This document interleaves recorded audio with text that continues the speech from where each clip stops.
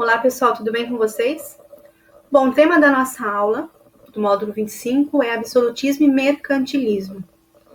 Até então vocês já estudaram, puderam aprender e conhecer como que se deu a centralização do poder nas mãos do rei, dentro daquele contexto do fim do sistema feudal e da aliança desse rei com a burguesia. Com isso, então surgiram as monarquias nacionais europeias, os estados nacionais. Então, agora esse rei que tem o governo nas suas mãos e o controle de um determinado território, que nós chamamos de estados nacionais, ou país. No entanto, nessa aula é importante a gente agora conhecer como que se deu esse governo, como que o rei vai governar agora, visto que o poder está nas suas mãos. E as características desse governo, as medidas que o rei criou para fortalecer esse poder. Então, por isso, o tema absolutismo e mercantilismo.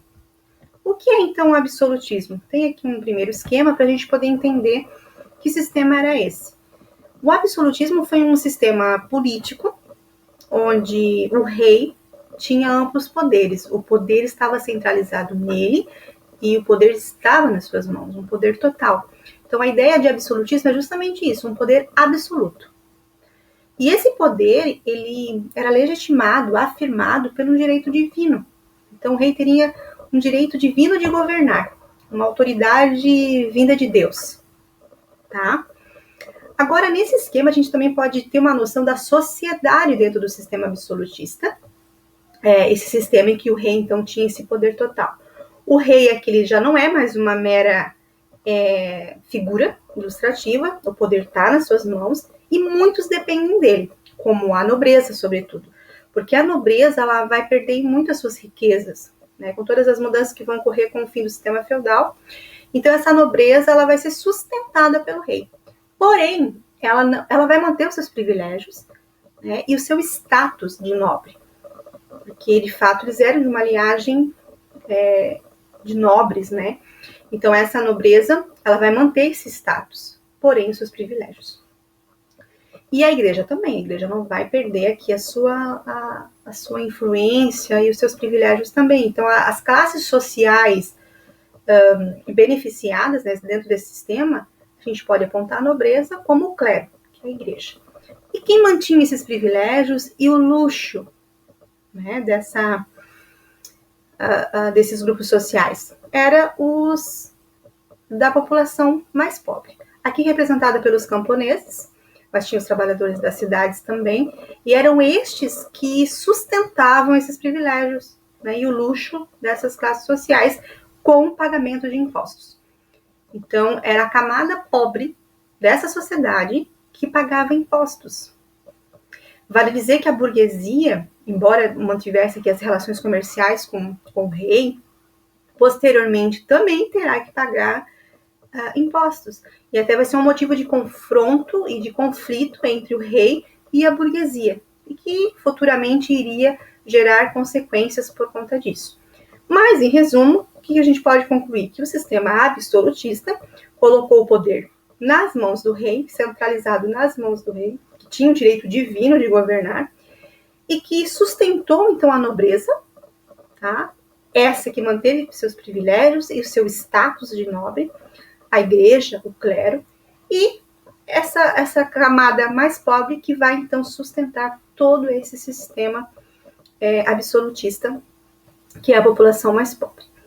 E a burguesia, por sua vez, posteriormente também terá que pagar impostos a esse rei.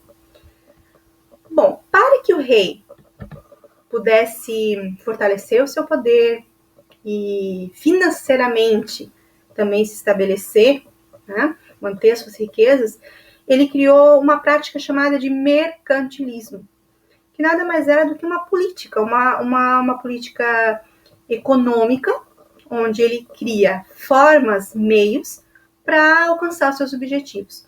Nesse esquema, observe, ele mostra essa relação do absolutismo com o mercantilismo. Então, o absolutismo monárquico e mercantilismo é o Estado absolutista. Esse Estado sustenta a nobreza, como eu já disse para vocês, ela era sustentada, ela se apoiava no rei financeiramente, Ela apoia também os negócios burgueses, tinha essa relação com a burguesia, e os impostos que eram pagos por toda essa população que eu já comentei, e posteriormente os burgueses. Essa estrutura vai ser então também sustentada pelo mercantilismo, que era essa política econômica. Quais eram os meios? Aí a gente cita, né? Protecionismo, balança comercial favorável, colonialismo e tem a questão da pirataria. Eu vou destacar para vocês depois ali os 3 primeiros. Qual era o objetivo, então, desse mercantilismo, dessas práticas? Acumular ouro e prata e fortalecer o poder real. Então, vejamos. O que era essa prática mercantilista, então? Quais eram os meios que o rei utilizou para fortalecer o seu poder? Bom, a primeira é relacionada à balança comercial favorável. O que era isso? O rei estimulava uma maior exportação do que importação. Então, vender mais e comprar menos. Então, quando eu falo em vender, eu estou falando de exportar, né, para outros países. E comprar, eu estou dizendo que eu estou importando. Então, qual era o interesse do rei? Exportar. Porque isso é uma lógica até hoje para os países, tá? Um dos itens para que um país seja relativamente forte economicamente é o fato dele exportar mais do que vender. Bom é o país que consegue produzir tudo o que ele precisa internamente sem depender de outros países. Nesse caso aqui, o rei ele incentivava a produção, né, que era feita internamente, né, o consumo dos produtos que eram feitos internamente.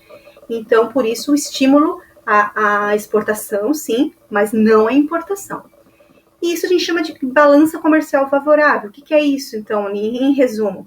É a ideia da balança. Se eu exporto, eu vendo mais, eu tenho um superávit, né? Eu tenho um lucro com isso. Se a minha balança, né, aumenta a minha importação, eu fico comprando mais, eu já tenho um déficit. Ou seja, eu não estou tendo lucro.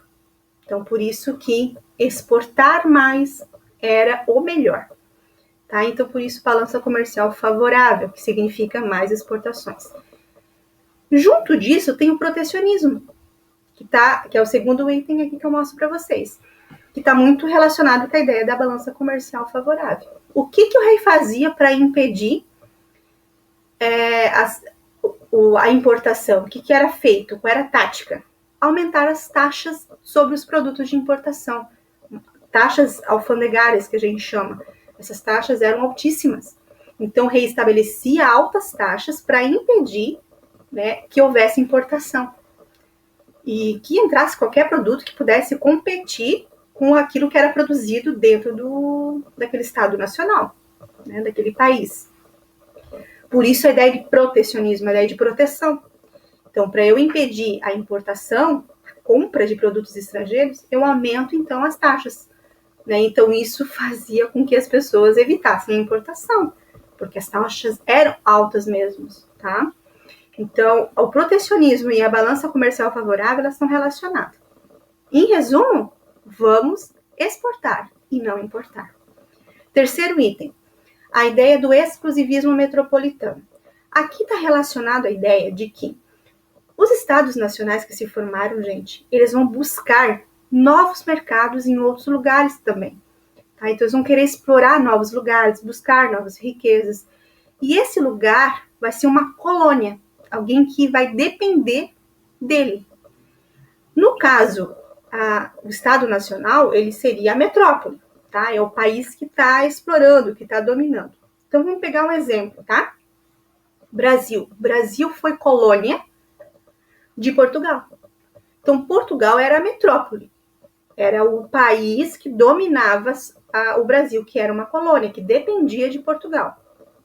Então, quando ele fala de exclusivismo metropolitano, ele está dizendo que a metrópole, no caso aqui nesse exemplo Portugal, determinava que essa colônia só poderia vender e comprar da sua metrópole.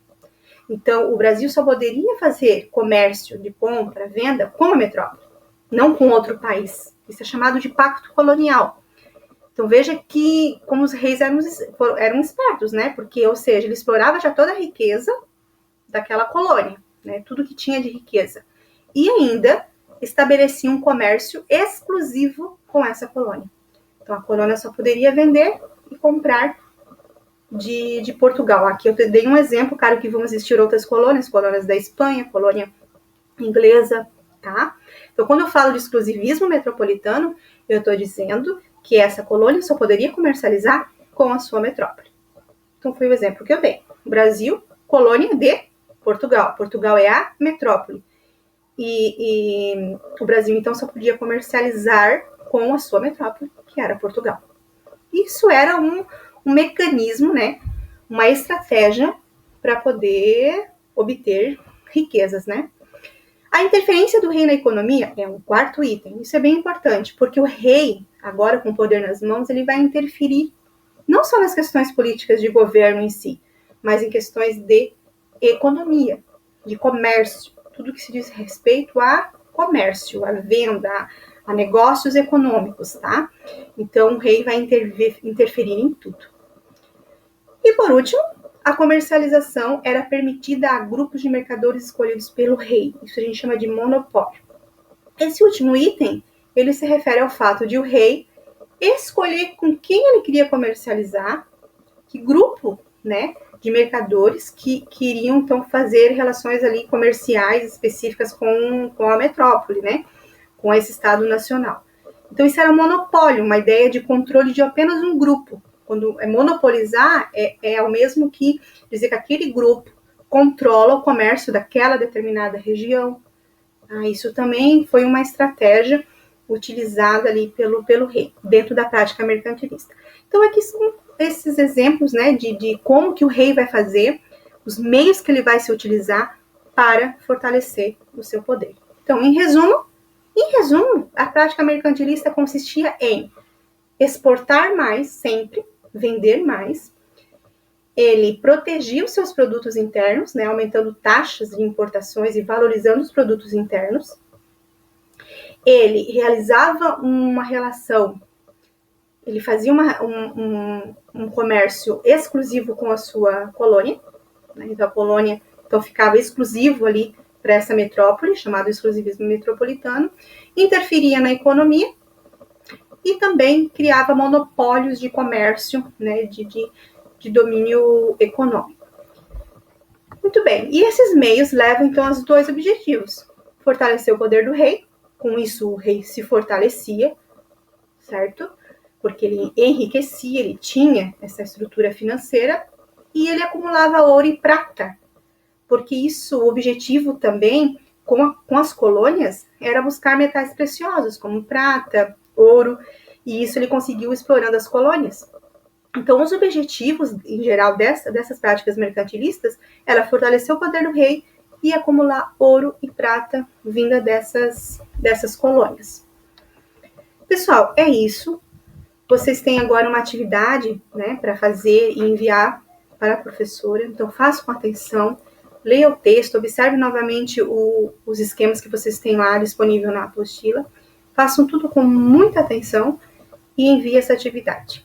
Ok, pessoal? Desejo uma boa semana aí para vocês e tudo de bom. Tchau!